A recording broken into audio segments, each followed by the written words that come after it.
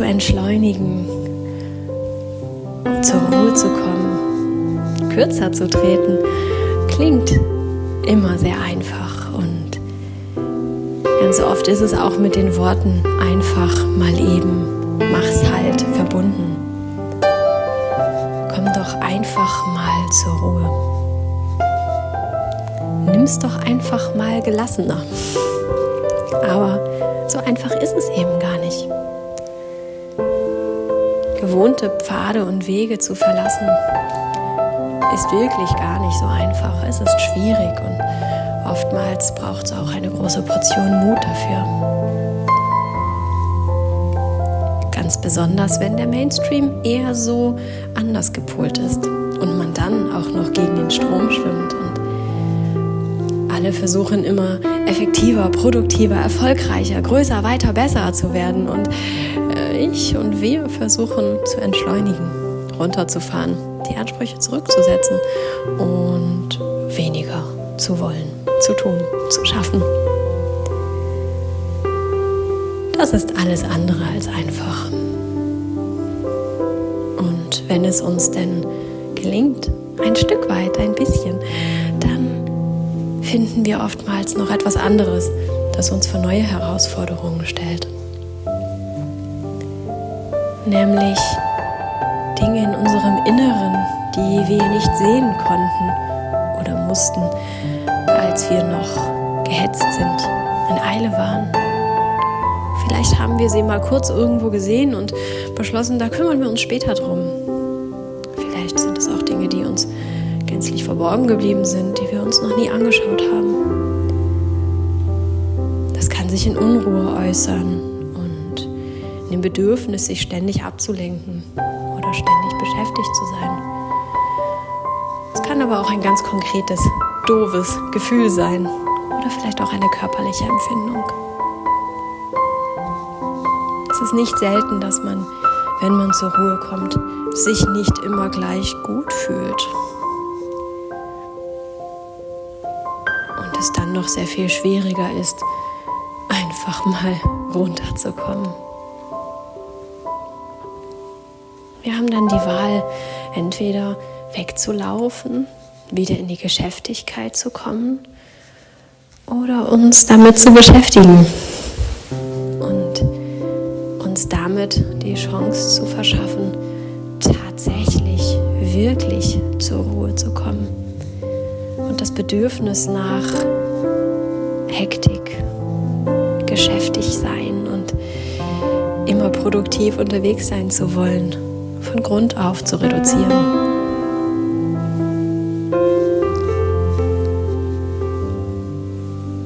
Wenn wir uns selbst erkennen und anerkennen und uns um uns selbst kümmern, dann ist das gar nicht mehr nötig. Natürlich dürfen wir unser Leben trotzdem anfüllen und auch ich bin ein sehr lebensfroher Mensch und neige nicht dazu, den ganzen Tag nur auf dem Sofa zu sitzen und gar nichts zu tun. Auch ich fülle mein Leben gerne mit schönen Dingen und Aktivitäten, aber es ist ein Unterschied, ob wir durchs Leben hetzen und rennen und der Meinung sind, alles Mögliche tun zu müssen und irgendwelchen Ansprüchen zu genügen, ob sie nun von uns oder von anderen kommen und Zielen hinterherjagen, die uns vermeintlich glücklich machen, oder ob wir unser Leben mit schönen Dingen, schönen Momenten auffüllen, weil wir Spaß und Freude am Leben haben.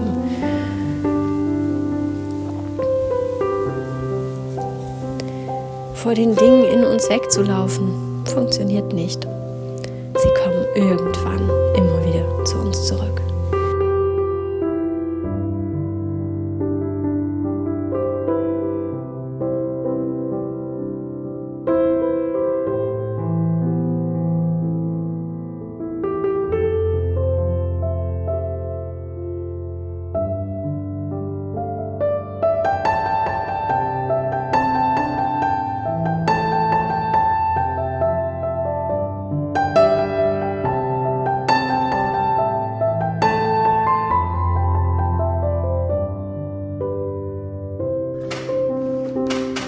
Hallo ihr Lieben, Ich hoffe, ihr hattet eine tolle Woche, wie jede Woche. Irgendwie habe ich gerade so den Eindruck, und täglich grüßt das Murmeltier, dass ich hier jede Woche die gleichen Worte sage. Ich hoffe, ihr hattet eine schöne Woche, aber ich hoffe es tatsächlich jedes Mal wieder, dass ihr eine schöne Woche hattet. Ist also nicht nur so leer dahingesagt, sondern kommt jedes Mal wirklich aus meinem tiefsten Herzen, auch wenn es immer die gleichen Worte sind. Also, ich hoffe, ihr hattet es total schön und hattet eine schöne Adventswoche. Mir ist erst letzten Sonntag aufgegangen, als das Video dann schon hochgeladen war und ihr das auch schon angeschaut hattet, dass ja die Videos dieses Jahr irgendwie immer Adventsvideos sind. Ist ja auch ganz logisch, wenn die Videos auf dem Sonntag erscheinen, aber den Zusammenhang habe ich nicht so hergestellt. Keine Ahnung. Ich denke, es liegt wirklich daran, wie im letzten Video schon gesagt, dass ich erst Geburtstag hatte und dann der Advent da ist, dass ich das irgendwie noch nicht so ganz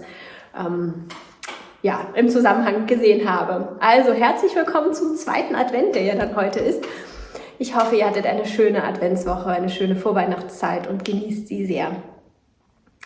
Was meine letzte Woche so schön erheitert, erhellt und verschönert hat, leider gar nichts Vorweihnachtliches. Ich möchte das dieses Jahr ja tatsächlich mehr zelebrieren und mehr für mich nehmen und mehr für mich schön machen. Und das klappt auch auf eine Art, allerdings irgendwie noch nicht so richtig weihnachtlich. Also ich nehme mir mehr Zeit und habe deutlich mehr Ruhe und fahre runter. Ja, das funktioniert. Aber irgendwie fülle ich das gerade oder habe ich es in der letzten Woche noch nicht mit Weihnachtsdingen gefüllt. Und trotzdem habe ich in der letzten Woche ganz viele Dinge, die mich ganz glücklich und ganz fröhlich gemacht haben. Und ich finde es sehr schwer, mich da zu entscheiden. Normalerweise möchte ich mich gerne auf eigentlich eins beschränken, denn ich finde, wenn man sich dann nochmal auseinandersetzt mit den schönen Dingen, die man so findet und da wirklich nochmal überlegt, was war jetzt das Beste, was war noch ein Funken besser als alle anderen, dann beschäftigt man sich ja nochmal ein bisschen tiefer damit und gibt den Dingen noch mehr Aufmerksamkeit und lauscht nochmal in sich hinein, erfährt auch viel über sich selbst. Ich finde es immer auch sehr wertvoll, sich doch auch beschränken zu müssen irgendwo. Aber dieses Mal würde ich es schade finden, wenn ich euch von einigen Dingen nichts erzählen und sagen kann. Und deswegen habe ich gedacht, diese Woche erzähle ich euch ein bisschen mehr. Also, zum einen hatte ich Geburtstag letzten Montag und das war tatsächlich ein schöner Tag. Ich bin nicht so der Geburtstagsmensch, ich feiere auch nie groß und Partys. Ich glaube, ich habe noch nie eine Geburtstagsparty gegeben oder so. Das ist immer eher recht klein und gemütlich. Aber der letzte Geburtstag war der stillste und der schönste, erstaunlicherweise. Die Umstände waren so ein bisschen, auf dem Montag kann auch nicht jeder und irgendwie war, in mir schrie auch alles eher so nach Einkehr und Gemütlichkeit und nicht so sehr nach viel und groß. Und so gab es ein Frühstück mit meiner Mutter in einem netten Café, das wir frisch entdeckt haben. Und das war auch wirklich sehr nett und wiederholungswürdig auf jeden Fall. Und danach waren wir in der Rudolf Steiner Buchhandlung. Da habe ich einen ganz tollen Kaffee getrunken, eine ganz tolle Suppe gegessen und in Büchern gestöbert. Das ist sehr schön, dass man das da so kann. Es ist eine sehr schöne, ruhige Atmosphäre. Das mag ich sehr, sehr gern. Und das war es im Großen. Dann gab es abends noch eine kleine Leckerei und irgendwie sind wir dann aber nur zu dritt den Rest des Tages eben unterwegs gewesen und haben uns da auch ein bisschen treiben lassen, was wir wann, wie, wo wollten. Und das war wirklich sehr schön. Es war der stillste Geburtstag. Still, was die Menschen anging. Wir haben wirklich nur uns drei, also den engsten Familienkern gehabt, aber auch was die Aktivitäten anging, dass sich da das Stillste in einer stillen Buchhandlung, wo man sich auch nicht viel unterhält, einfach nur beisammen ist. Ich glaube, stiller kann man das kaum noch gestalten, wenn man nicht ganz alleine den Tag verbringt. Ja, das war sehr schön und war ein sehr schönes Erlebnis und davon zehre ich noch immer. Außerdem habe ich an diesem Geburtstag eine Regenjacke gefunden und geschenkt bekommen. Neben dem Café war ist noch immer ein Bekleidungsgeschäft, das schließt und Räumungsverkauf hat. Und meine Mutter wollte da noch mal kurz rein und ich bin mit und habe da dann direkt im Gang vorne, als hätten diese Jacken nur auf mich gewartet, eine Jacke entdeckt, die ich schon sehr lange sehr interessant finde. Ich habe mich mit der Firma mal ein bisschen beschäftigt und die kommen halt auch hier aus Hamburg und machen gute Sachen, sozial und vegan und cooles Zeugs. und gefällt mir auch sehr, sehr, sehr gut und es fühlt sich vor allem auch so gut an. Das ist für mich auch mal ganz wichtig. Das, was ich auf der Haut trage, muss sich mir gut anfühlen in erster Linie. Aussehen muss es gar nicht so doll, aber es muss halt kuschelig und schön sein. Und da habe ich eine Regenjacke gefunden. Ihr habt sie in dem Video gerade schon sehen können. Es war wirklich, lief vorbei, habe sie gesehen, weiß, boah, das ist ja toll. Meine Mutter drängte anzuprobieren, anprobiert, gekauft, raus. Also das war sehr spannend und meine Mutter schenkte sie mir noch. Und das freut mich sehr, denn ich hätte sie mir alleine sicherlich nicht gekauft. Ich brauche schon lange eine Regenjacke. Ich habe schon ewig lang keine Regenjacke mehr. Ich kann mich gar nicht erinnern, wann ich das letzte Mal eine hatte. Meine Winterjacken sind schon immer also regenfest, ja, aber die Übergangsjacken nie. Und ich klage schon 1, 2, 3 Jahre, dass ich eigentlich ganz gerne meine Regenjacke hätte, um eben auch, Hamburger Schmuddelwetter, hier regnet es irgendwie ständig und immer, da einfach nicht immer so viel Regen auf die Kleidung zu bekommen. Das trocknet dann teilweise auch eben nicht so schnell wieder. Ehe man das nächste Mal rausgeht, muss man in die nasse Kleidung schlüpfen und ach, das ist hier mit dem Regen irgendwie, ich stehe nicht so auf Regen, es nervt und es ist nicht schön. Und da habe ich mir schon lange eine Regenjacke gewünscht, um auch wieder mehr Fahrrad fahren zu können im Regen und da andere Dinge zu tun, wo man ein bisschen Regenschutz braucht. Und habe aber nicht so richtig was gefunden, was mir gefiel. Denn Regenjacken sind per se eher nicht so zum gemütlich und Wohlfühlen, aber diese schon. Sie ist auch schön lang. Ich habe dann gleich mal eine Probe gemacht, bin dann mit einem Roller draußen gewesen und ich habe wirklich gar nichts abbekommen, auch nicht auf den Oberschenkeln, weil das eben so ein Regenmantel, also wirklich länger war, von innen mit so einem Fellart, also kein Tier, aber irgendwie so ein Kuschelkram und richtig, richtig angenehm, wirklich schön.